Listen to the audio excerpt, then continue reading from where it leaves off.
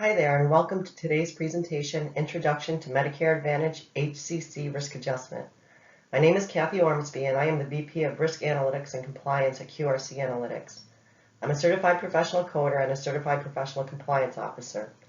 I've been working in the healthcare industry for about 25 years, but I've spent the last 12 years of my career working specifically in risk adjustment. I hope that you find this presentation educational and informative, and thanks for stopping by.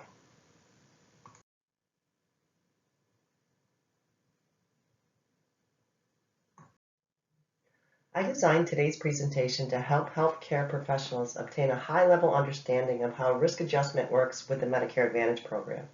I'll talk a little about the Medicare programs that are available to beneficiaries today, and I'll talk about how risk adjustment and HC coding and documentation work together in CMS's risk adjustment methodology.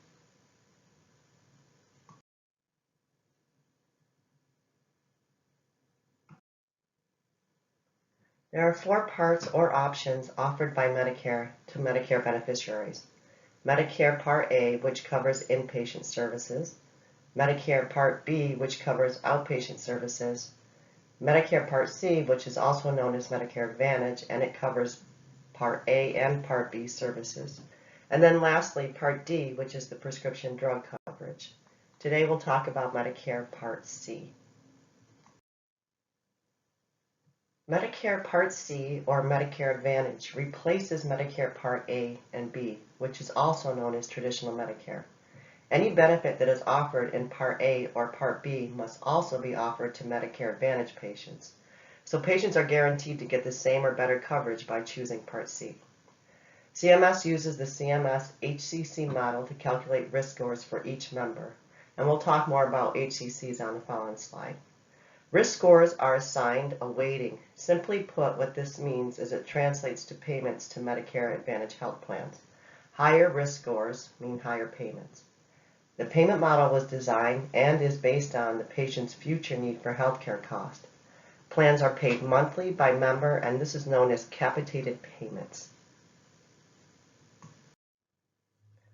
The RAF score is calculated by using 3 factors: the HCC conditions, disease interactions, and the patient's demographics. According to CMS statistics, the risk adjustment factor, known also as the RAF score, of an average patient is 1. Scores above 1 indicate that a patient has at least one HCC condition. Lower RAF scores indicate that the patient may be healthier than the average patient, or could possibly be a reflection of inaccurate or incomplete documentation and coding, or maybe the patient has not been seen during the specific calendar year.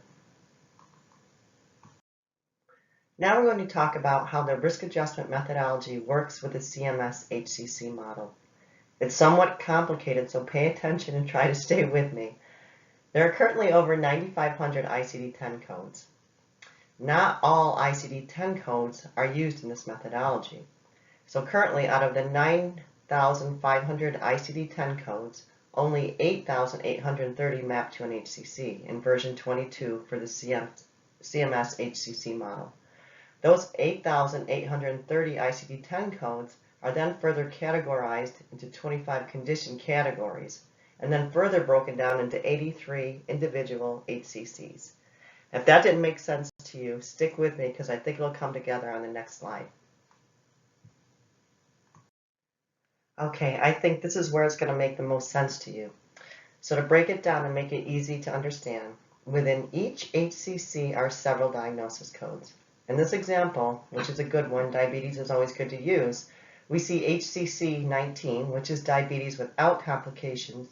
Under HCC 19, as seen here, there are 6 diabetic uncomplicated codes. CMS will give you credit for only 1 diagnosis code within each HCC category. Some of the HCCs are additive, meaning that if you have a patient that has several HCCs, you can get credit towards a RAF score for each one, while other HCCs are not additive, meaning some may cancel the others out. For example, if you submitted diabetes uncomplicated HCC 19 and also submitted HCC 18, diabetes with complications, HCC would then be canceled out. And if you weren't confused already, let me see if I can confuse you a little more. Weighting methodology for the risk adjustment score is determined by the HCC conditions that are submitted. The methodology includes both a disease hierarchy and disease interactions. An example of the disease hierarchy is shown on this slide. So HCC 12 breast cancer and HCC 8 metastatic cancer are both shown. When this scenario occurs with a specific patient, then HCC 12 is dropped off or CMS will cancel it out. As you can see, metastatic cancer has a much higher weighting than cancer with no mets. This is a very good example of how important it is that physicians capture and document the condition specifically. What a drastic change in RAF score. So as we continue to review the methodology example, we see that this is a female between the age of 80 and 84. For our demographics, we get a RAF score of 0.539. HCC 12 breast cancer is canceled out due to the hierarchy, and HCC 8 metastatic cancer is added at 2.484. Protein calorie malnutrition, 0.713, thrombocytopenia at 252, and lastly, morbid obesity at 0.365, making this patient's total RAF score for this visit 4.353, which is pretty high. As we saw in previous slides, an average healthy patient's RAF score is 1. Tells a great story. There are 15 disease interactions. When a patient has a combination of a specific HCC, additional weighting is distributed to that patient. In the example on the right, we see that this patient has COPD and CHF. When this occurs, an additional weighting of 0.278 is added to this patient's risk score. CMS recognizes that when certain conditions exist together, the cost is greater to take care of that patient. And that's really why risk adjustment was created. So how does the risk score translate to payments? Well, let's take a look at this example.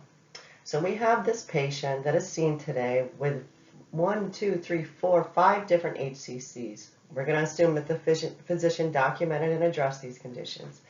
So the patient comes in and the physician captures chronic obstructive pulmonary disease, has a weighting of 0.346 with a payment attached to that for $3,600. Patient also has major depressive disorder with a payment of $3,500. And then protein calorie malnutrition, $7,600. Vascular disease, $3,100. Morbid obesity, $3,800, bringing the total payment for this visit to $25,800. So it's very important that the physicians document, capture, and address every chronic condition at least once per year. As you can see, it has a major impact on reimbursement, which is the money that the organization will need to better manage this patient next year.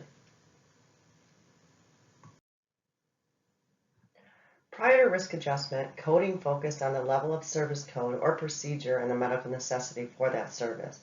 That is still very important, but it's becoming even more important to show the sickness burden of the patient and the need for future health care. Risk adjustment coding supports that, but it has a much broader focus.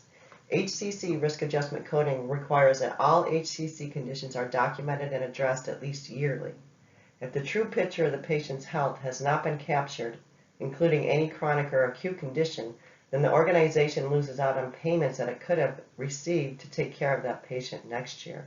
If left undone, it will have a major impact on the organization's financial state. Remember, if it wasn't documented, it wasn't done. HCC coding is so unique. In fact, it requires a lot of attention to detail, and it begins with the clinician's face-to-face visit with the patient and how the clinician translates that visit into his documentation.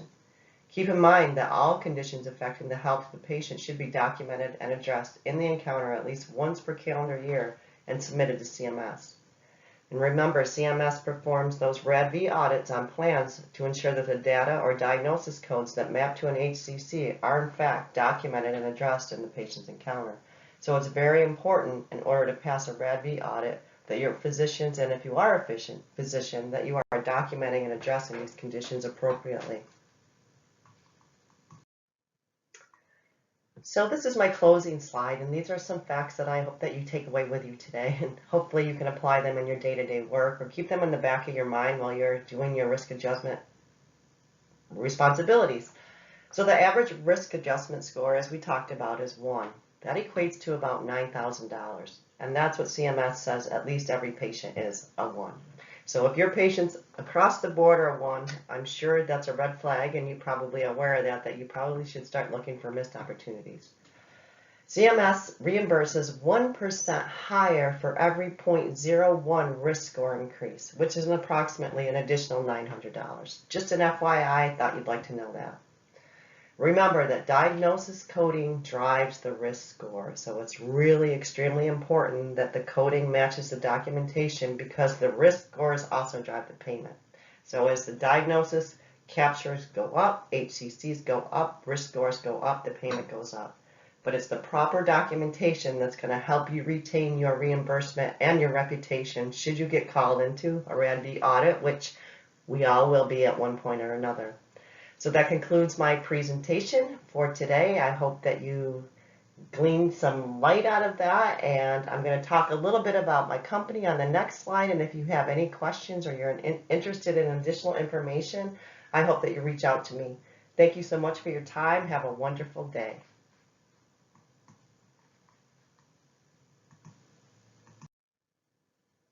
qrcAnalytics Corporation is a technology and service company whose objective is to improve the overall quality of care by providing a platform that addresses gaps in care and clarity to the complexity of quality, risk, and cost.